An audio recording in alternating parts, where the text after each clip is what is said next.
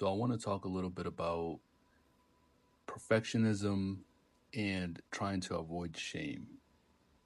So when I became a NEET, it wasn't a choice. Maybe I convinced myself of that at some point, or like I thought that in the beginning, but it really wasn't a choice because I just couldn't keep up with regular life. I couldn't maintain a job. I couldn't maintain school, right? Like college. I tried once right after high school, and then Um, I didn't go for a long time because I don't know, it's just complicated. It's complicated. If you're a NEET, you know what I'm saying. But my point is that it wasn't a choice, right? I just failed to live a regular life. But then at some point, uh, deep into NEETdom, it was like, what am I actually gonna do?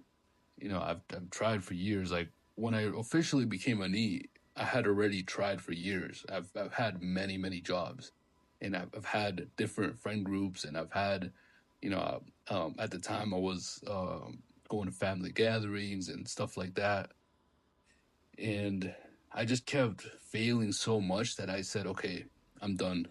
I quit. So I just I became like your stereotypical NEET, just not just depressed and playing video games and not doing anything. But something something changed where it was like I got sick of it, and I just got sick of feeling bad about myself and just bad in general. And I was like, this is it. Like I'm gonna make every sacrifice because I already have nothing. So how much of a sacrifice is it really? And it was, and what I did was like I isolated, and I said, okay, you know what, I'm just gonna focus on myself. I'm not gonna care about anything. I'm gonna stop caring about parties like family gatherings. I'm gonna stop caring about video game releases and like my friends and all these people, right? That they can't really help me, even if they wanted to. Like most of them, they got their own life, so even if they wanted to help me, they couldn't. So eventually I went into this self improvement arc, like the cliche, oh, I'm gonna go monk mode, I'm gonna build my discipline, I'm gonna hit the gym, bro, and wake up at 6 a.m. or 5 a.m. and do morning runs and all that. And there was some dopamine, right, or whatever, stimulation or joy out of that.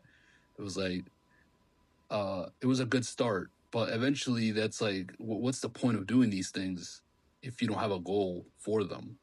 What's the point of getting a really nice body if you're not gonna play sports and you're not gonna go out to the beach or anything like that? But really, what I was trying to do is I was trying to defend myself against vulnerability. I was trying to make my body as perfect as I could, my looks as perfect as I could, my intelligence, my education, all these things, like even hobbies, right?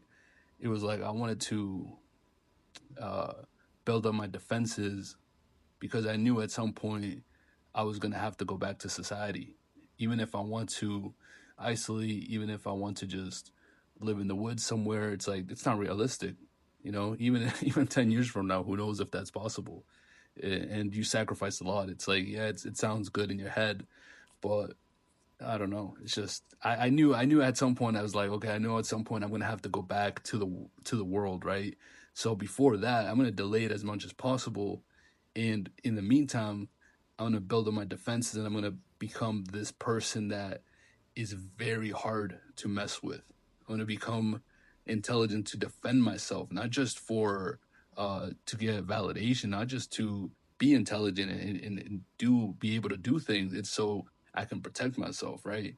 My body is gonna be strong so I can protect myself. And it was kind of, how do I say, in hindsight, it was never gonna work out, right? Because it's just impossible to always play defense. It's impossible to always protect yourself. There's always going to be people bigger. There's always going to be people more intelligent, more resourceful. They have more resources, more tools, even just more malicious. There's a lot of malicious people out here, and that's kind of part of why I became a NEET because I was hurt so long.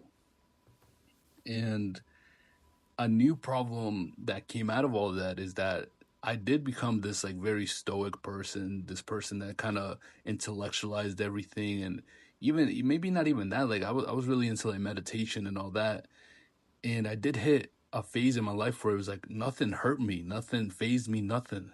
I felt so powerful and indestructible because I was no longer vulnerable. But then that brought the problem that I couldn't really feel joy, right? I couldn't really feel like certain things about life, and it sounds like ahedonia. It sounds kind of like depression, but it's really not that. It's like there was this point, right, where I went to the gym and I couldn't hit the next gear. Like I couldn't fully use my strength because I didn't have anger. I didn't have passion for life. So I was just like, oh, everything's okay, and like I'm just gonna like be detached. And it's like, no, man, to really feel joy, you can't always be detached. You have to risk being hurt.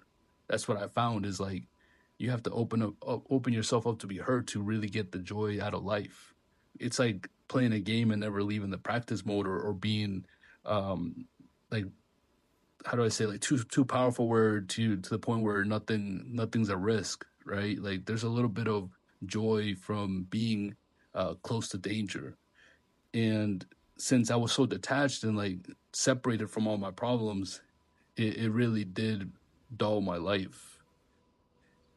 And do I regret it? I mean, I'm still kind of in that phase. I'm still, working on myself. I'm not even saying like I reached high levels where it's like my body still needs to be improved. I'm clearly still learning about myself and life. I'm not this super genius or anything like that. But my goals have completely changed where like I don't need to be those things because I'm ready to be hurt. I'm ready to enjoy life and take the risk and deal with the consequences because it's like it's part of life, man. It just is. Like yeah, I was hurt for so long that I became very sensitive to it, and then it kind of just hardened my heart and my soul and my being. But that's just, I don't know. Just pain is part of the human experience. So I'm trying to really explain, how it is, but hopefully people understand what I'm trying to say. And I'm gonna put a picture of Gattaca. And Gattaca is one of my favorite movies, and I saw it as a kid, but I rewatched it during this phase of neatdom and self improvement, and it just became my favorite movie because the main character lives in a world where he's an invalid. So people have labeled him less than. People have said, okay, you're not part of the new population that is born as close to perfect as possible. And he just locked in on a goal and a dream and said, okay, I'm gonna I'm gonna do this. Like I'm gonna be as perfect, as close to perfect as possible, so I can escape this world and I can live my goal and my dreams and kind of pull one over on society. And that's kind of relatable to me, but not in the same way. I don't know. I don't want to spoil it because it's really a movie you should watch. So hopefully you do.